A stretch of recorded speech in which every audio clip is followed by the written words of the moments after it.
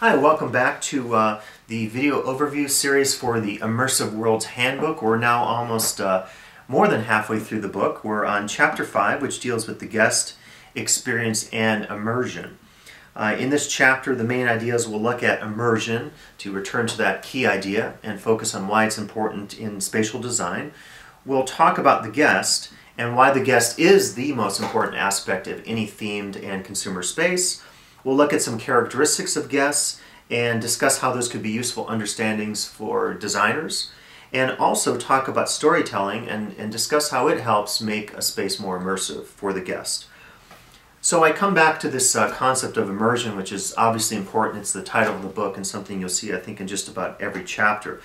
I discuss a series of different levels of immersion that you might notice when you observe guests in your space. And I think this is really one of the keys that I've learned as an anthropologist, as someone who's worked in theme parks, as someone who's done consulting for major firms who design theme parks and theme spaces, and also in terms of talking to some of the very designers and interviewing them for this book.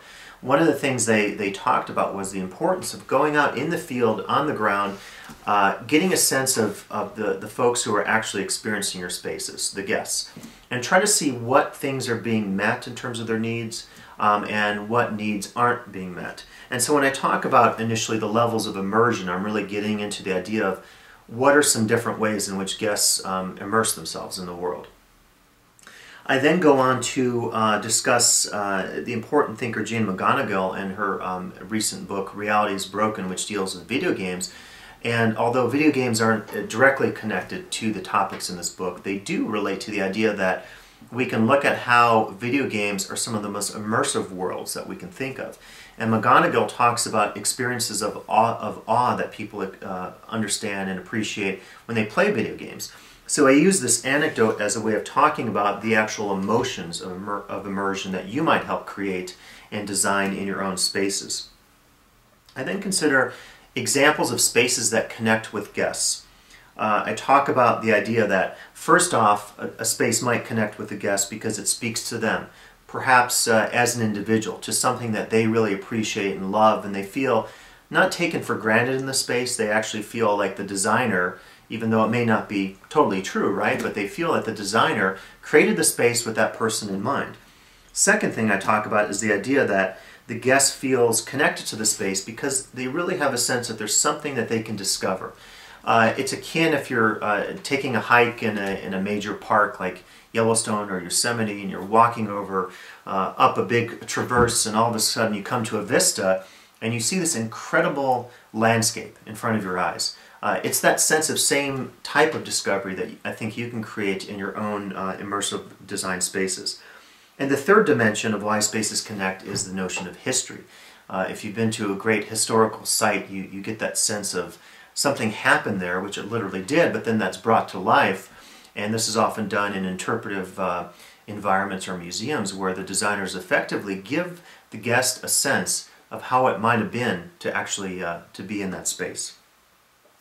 I then focus on the idea of the guest in various spaces, ranging from theme parks to cruise ships, amusement parks, casinos, museums, and restaurants, and give you a sense of maybe some of the unique challenges that you might face when you're designing with the guest in mind, specific to one of those key spaces.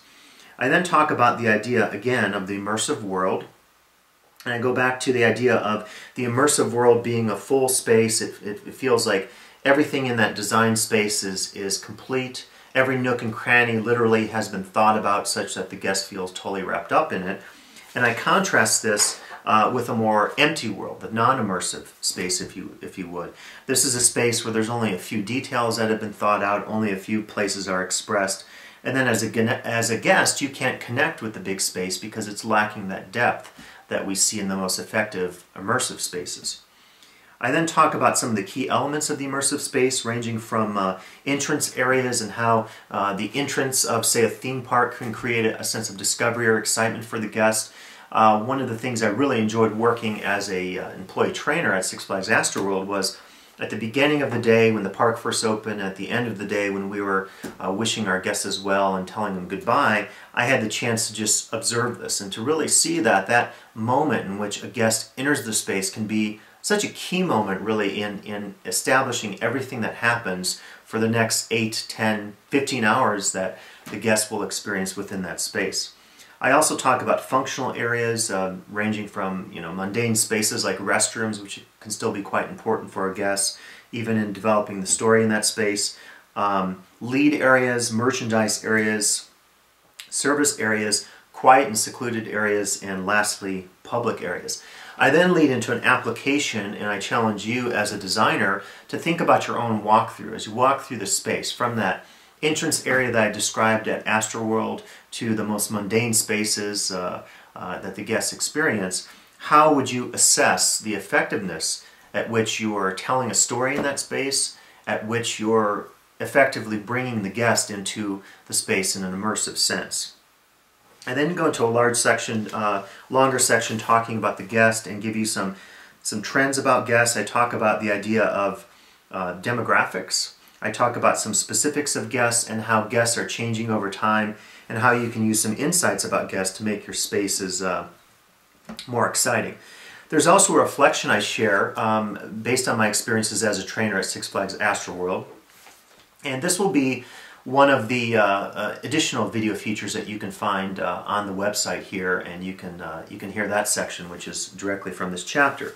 I then talk about some new trends that are affecting how we approach design in terms of guests. I talk about social networking, everything from Facebook to Twitter, and how that can impact some of the things you're doing, and that will preview some of the stuff we'll look at in a later chapter on technology.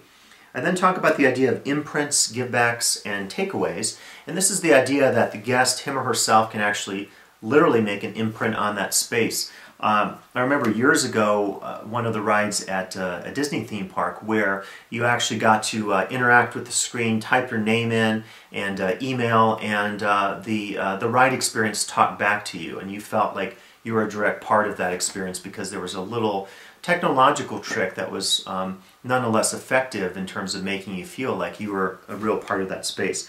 I also talk about the idea of the takeaway, which is something a guest can take home with him or herself to extend that story that you're telling and maybe even allow you to connect with the guests in their own home through the internet and so forth. The chapter rounds out with the idea of story and experience, and I'll come back to this idea of story that I've talked about in previous chapters and talk about some of the challenges of doing effective design storytelling.